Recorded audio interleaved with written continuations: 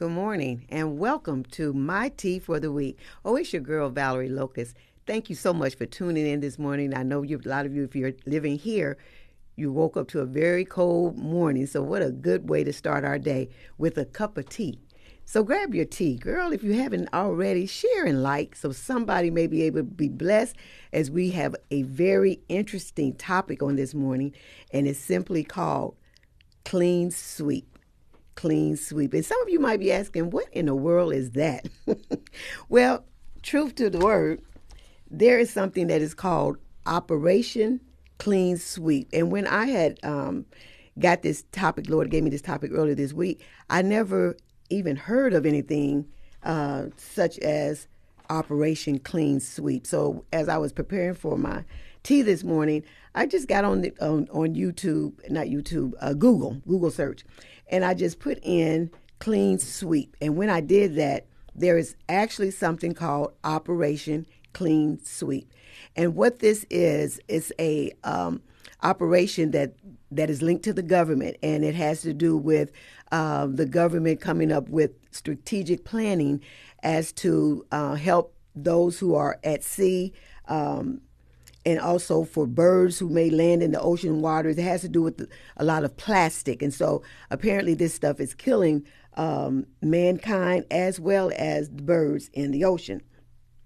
But the purpose for Operation Cleanup Sweep, it helps to alleviate and evaluate the current protocol and put custom plans into place to help reach the goal of saving lives for those who are out in the ocean, and as I said, for the birds who may land in the ocean. So what are we talking about this morning? We're talking about doing a clean sweep. And every year, I don't know, a lot of you ladies probably do it as well, but every year I do something what I call spring cleaning.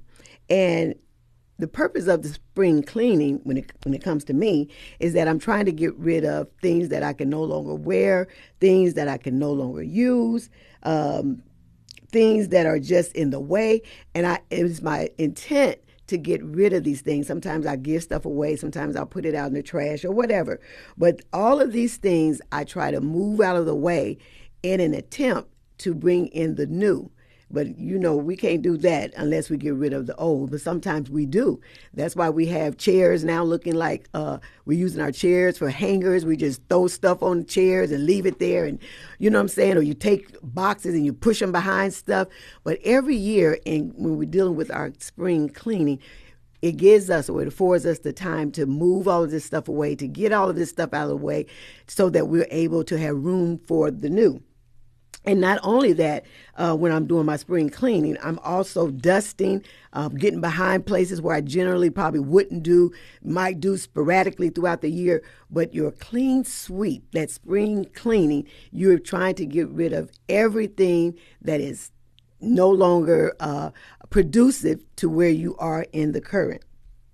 Okay, so with the spring cleaning, as we're throwing things out and as we're moving things around and as we're getting rid of things, it will help us have a clearer view, a better view, what I now have, where I can see what I need to put here, what I need to put there. I can see what I need to add to make my living room look nicer, but I couldn't do that with all of the previous clutter. So with that, we have to make sure that we're able to see where we're going, what we're doing, and that usually doesn't happen unless we do a thorough spring cleaning. But now if things are cluttered, ladies, if I continue to hold on to things that I no longer need or no longer are of value to me or conducive for my now season, or if it hinders me from growing or being productive or being the best me I can be in this season, then it's definitely time to do a spring cleaning. And you know what? We're all ladies, and it may be some gentlemen on here, but we're just dealing with the ladies right now. All of us, ladies, we all live in apartments or homes or whatever. But there are sometimes when you go to different developments, you'll see houses that there may be 30 houses. All of them on the outside look the same. But I guarantee you that if you ever were to go in some of the houses, even if your house looks like mine or mine looks like yours from the outside, you'll find in my house versus your house, there are things that I have in my house that you might not have in your house. There are things that I like on my walls, you might like a bare wall. So our houses, although look similar, we all have our own individual spring cleanings that we must do. So what are we saying this morning? We're saying no houses are identical. No houses are identical. There are things that we are going to deal with individually, even though it's under the auspice of spring cleaning. All of our spring cleanings are different.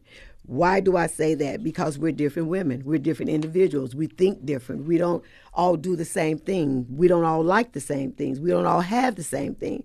But nevertheless, clutter is still simply clutter. Now, and y'all got to excuse me this morning because I'm having to read a lot off my notes, but it's okay. If your life in this season, if your life is full of clutters, ladies, the only thing that you need to do and the thing that would be beneficial for you to do is to spring clean your house. You don't, and we don't want to get to a place to where I'm looking at your house and be like, she need to do that. She shouldn't have did that. That dress is too tight. That dress is too low. It's too short. No, I got enough weeds, dust, clutter in my apartment, in my house that I need to be focusing on. And sometimes when we're making that spring clean day, that sweet clean day, if you want to call it, I have to be very careful because, our mind can play some terrible, terrible tricks on us. I have done this so in the past times when I have called myself doing spring cleaning. I get ready to put something in a bin that I'm going to give away or throw out or whatever. But my mind sometimes plays tug of war with me. And I will find myself the very thing that I have purpose waiting around for spring cleaning to get rid of, to throw out because it's no longer conducive. Why in the world am I holding on to a dress that I wore 5 years ago? I can't fit that dress no more. But I'll look at that dress. One of these days I'm gonna lose weight and I'm gonna be able to wear this dress. Girl, listen, throw that dress out. Give that dress to somebody. You can't wear. Look, we got to learn to be truthful to our own selves. It'll help us. It will definitely help us. So when I get ready to do spring cleaning, a lot of times, everything that I have pulled out of that closet or moved from behind that couch, wherever I've stored it over the winter season or whatever. But when I look at that thing and I begin to play tug of war with my mind, this is what you need to do. If you've not used it in a year, it's not conducive to you. If it's something that's just been sitting, hanging up in your closet that you've not worn 2 or 3 years, it's not conducive for your now season. So get rid of it. But that is a hard thing sometimes to do. And what I'm saying is when we continue to hold on to that stuff, it becomes then just another baggage, another weight that we're still trying to find out where to put, that we're still carrying, that is still being a burden, when all we really had to do in the beginning was to get rid of it. So this morning what we're saying is the longer you let things linger around, the longer you allow things to hold on to you that is no longer conducive, it becomes an individual choice to do a clean sweep. And sometimes the clean sweeps are not always, like I said, they're not always easy to get rid of, let go. Some of these things, the clutter that we've been holding on to, that we've been keep telling ourselves we're going to get rid of it, and we don't, and then we carry it another 2 years, and you look at your living room, and now you got, instead of having 4 boxes against the wall, you got 10 because you steady just keep putting stuff back that you really need to let go, get rid of, discard. It becomes toxic, y'all, to our very existence. It becomes toxic to where we are in this season. It becomes toxic to our thinking. It becomes toxic to those who are associated and tied to you. So that's why doing a clean sweep. And when you're sweeping, if you're missing stuff, you got to go back and take that broom and go back over that again. Or if you're vacuuming, you see that There's still something there. You got to take that vacuum and go back and go over that carpet again. It doesn't matter how long it takes you to get through your spring cleaning, your clean sweep. It doesn't matter how long it takes you to get through it. The bottom line is that you want to get through it. You want to be able to move all of that clutter. And sometimes the clutter can be people. Sometimes, I don't know about y'all, but in my lifetime, I've just carried people. I'm so bowed over and bowled over till I can't see nothing but my feet because I've carried people so much on my back. And I'm not saying that's a bad thing, but you need to know the season. It's not meant for us to carry people all of their lives and all of our lives.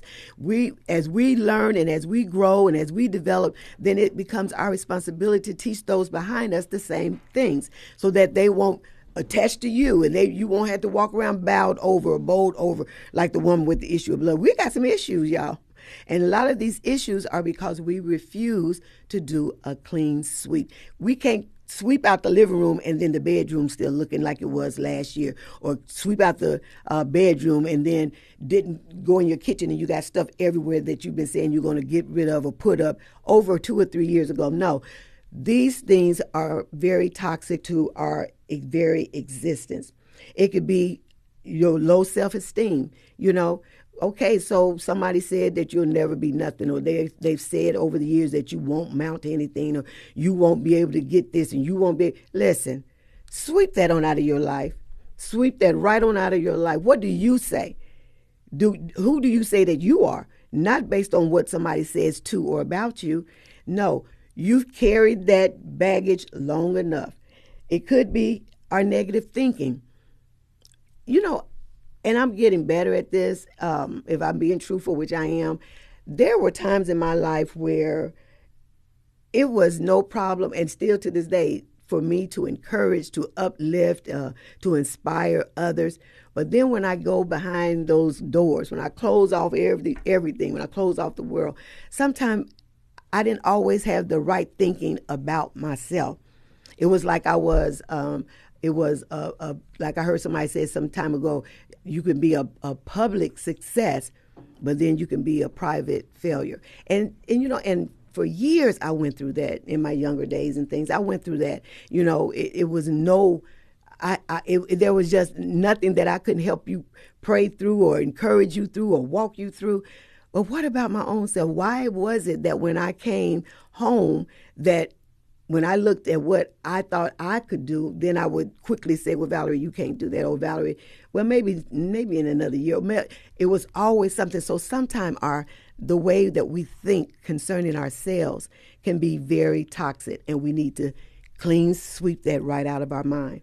It could be a spirit of laziness. Sometimes we sometimes we will procrastinate things that we know we need to do, should do. Like when we do that spring cleaning, get rid of a lot of stuff. And first thing we say, I'm tired. I don't feel like doing it today. Maybe I'll do it next week. Maybe I'll do it, when the weather breaks. That'll be even a better time. When it's warm outside, I'll be able to get out and clean my yard, whatever it is. Sometimes the spirit of procrastination is really a spirit of laziness. So take your broom, ladies, this morning and sweep it out of your life. It could be toxic situations. Toxic could be anything. It could be a man or woman relationship. It could be what you think about yourself. It could be relationship between parent and children, co-workers, and you. It could be anything. But sometimes when things are so toxic and you see it being toxic, you have to. I don't care how long you've been in it. If it keeps you from moving forward, if it keeps you from being the best God intends for you to be, you're going to have to muster up the strength. I have to muster up the strength to say, hey, in this season, this ain't working for me no more. Okay, it was toxic. You had your fun. You gave me that black eye. You knocked me up against that wall. But in this season, I'm sweeping this toxicity out of my life. And you have a right to do it. It's imperative that you do it. And you don't have to give yourself or do like I do sometimes when I'm trying to get rid of stuff, doing that tug of war mind. No, if it's not productive, if it's not conducive, if it's not causing you to have energetic thoughts or be creative in this season, you need to sweep that thing out of your life. And don't hold on to a piece of it, Because like somebody told me one time, a part of a lie is a whole lie.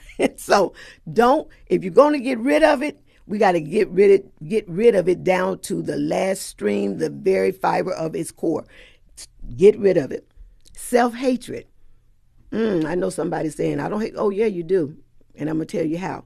Self-hatred is when you can see nothing good in yourself. The Bible says that we are fearfully and wonderfully made.